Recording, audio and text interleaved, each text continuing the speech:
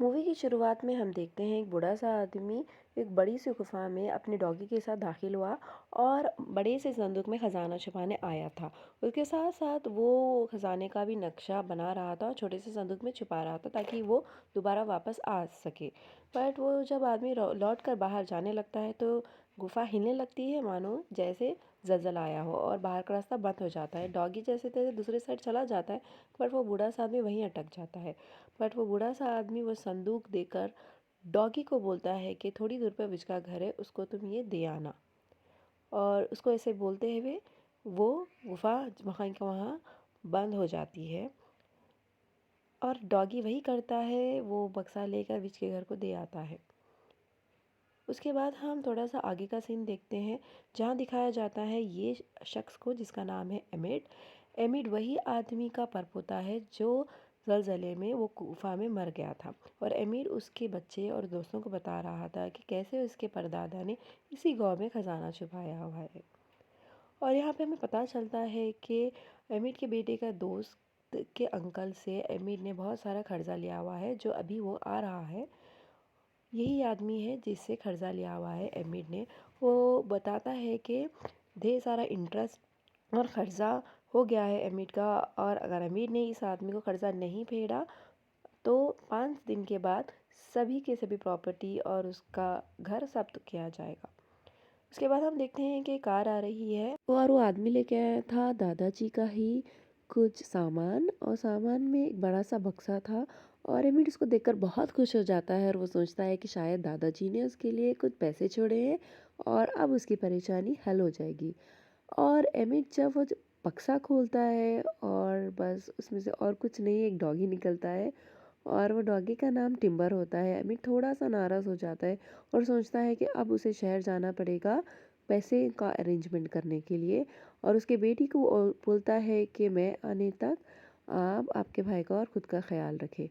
अब अमित का बेटा उसकी दोस्त आ जाती है संदूक लेकर अंदर और उसको खोलते हैं, और खोलने के बाद पता चलता है कि उसमें एक फ़ोटो है दादाजी की टिम्बर के साथ, और उसके अंदर नक्शा भी होता है।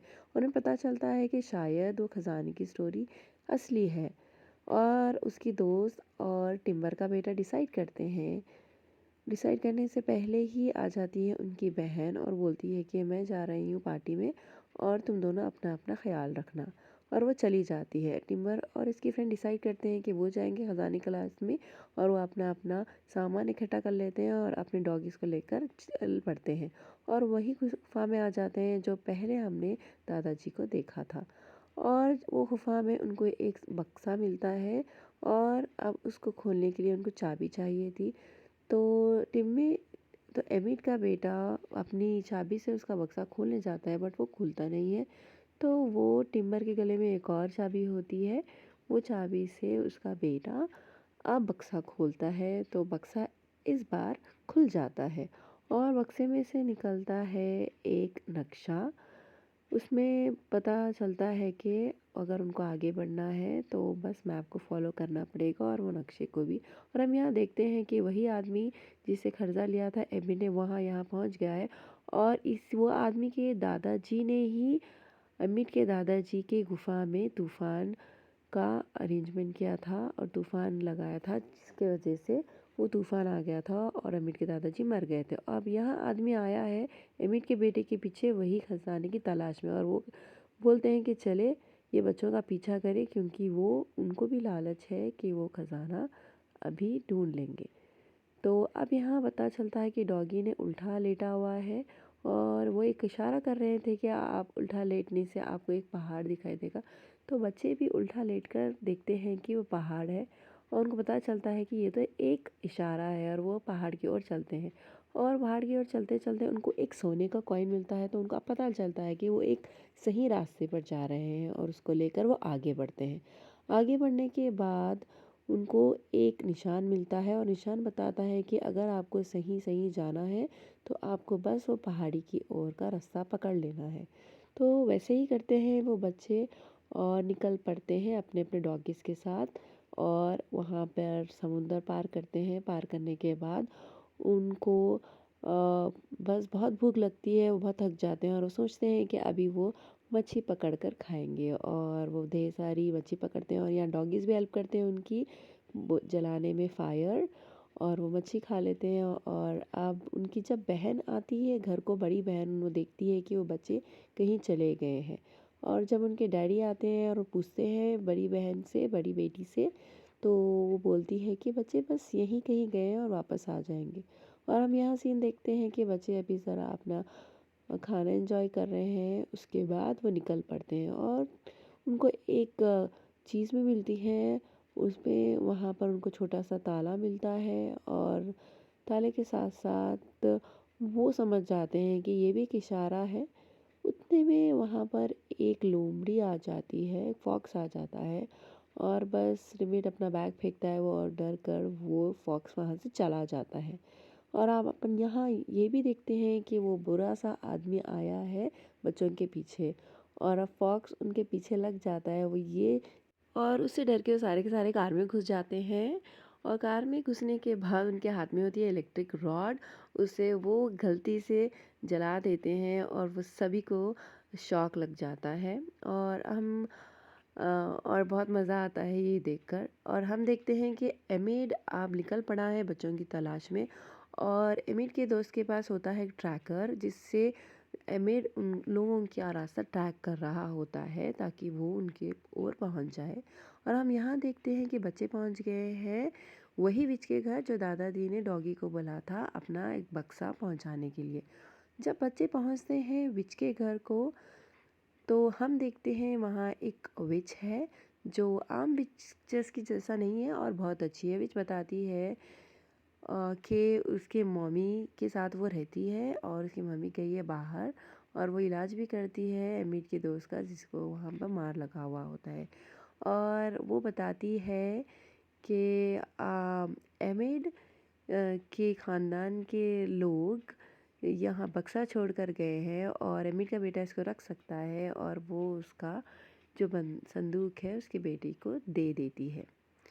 और वो अब बक्से को लेके खुशी खुशी चल पड़ते हैं। और चलने से पहले वो बक्सा खोलते हैं और बक्से में हमको दिखाई देता है कि वहाँ पर एक छोटी छोटी सी हथौड़ी है और इसके साथ साथ एक नक्शा भी। और हम यहाँ पर देखते हैं कि वही आदमी लोग इन लोगों का पीछा कर रहे होते हैं। और उनको पता चल जाता है तो एमिर और उसका बेटा और विच उसको नीचे संदूक में छुपा देती है, रास्ता बता देती है बाहर निकलने का। तो वो आदमी अब आता है और विच से पूछता है कि बच्चों को तुमने कहाँ छुपाया है। तो विच बोलती है कि मेरे पास तो कुछ नहीं, मैं तो कुछ नहीं जानती। तो वो आदमी बोलता है ये है इलेक्ट्रिक रॉड, अगर तुमने नहीं बताया तो हम तुम्हें नहीं छोड़ेंगे। अब बच्चे फाइनली अपने आखिरी पड़ाव के ओर, आखिरी रास्ते के पार पहुंच जाते हैं। और वहाँ पर बहुत बड़ा पहाड़ होता है, उन्हें नहीं समझ में आता कि वो क्या करें। इतने में डॉग्स इशारा करते हैं कि यहाँ कुछ है। तो बच्चे देखते हैं कि ये वही निशान है जो उनको मिला है, एक हथौड़ी और एक ताला। वो सभी कुछ लगा देते हैं। लगाने के बाद वो गुफ़ा खुल जाती है। गुफ़ा खुलने के बाद जैसे ही बच्चे जा रहे होते हैं वो बुरा आदमी आ जाता है और उनको डराता है। और वो आदमी डराने के बाद खुद गुफ़ा में चला जाता है। उतने में बहुत सारे चमगादड़ आते हैं और उसके ऊपर अटैक कर रहे होते हैं। इतने में ही बच्चे ये सब गड़बड़ी में खुद निकल जाते हैं अंदर, और उनके साथ डॉगीज़ भी पहुंच जाते हैं। और वो बड़ी सी एक ट्रेन छोटी सी जो होती है उसमें बैठकर ट्रक में वो पहुंच जाते हैं वहीं खजाने की। और वो दरवाज़ा जैसे ही बंद हो गया है तो बुरा आदमी एक बड़ा सा ग्रेनाइट लेके उसको फोड़ रहा होता है। उसके बाद हम देखते हैं कि बच्चे पहुंच गए खजाने की और वो खुशी खुशी संदूक खोलते हैं। खोलने के बाद उन्हें पता चलता है अरे उसमें तो कुछ नहीं, बस हड्डियां हैं, और वो ज़रा अपसेट हो जाते हैं।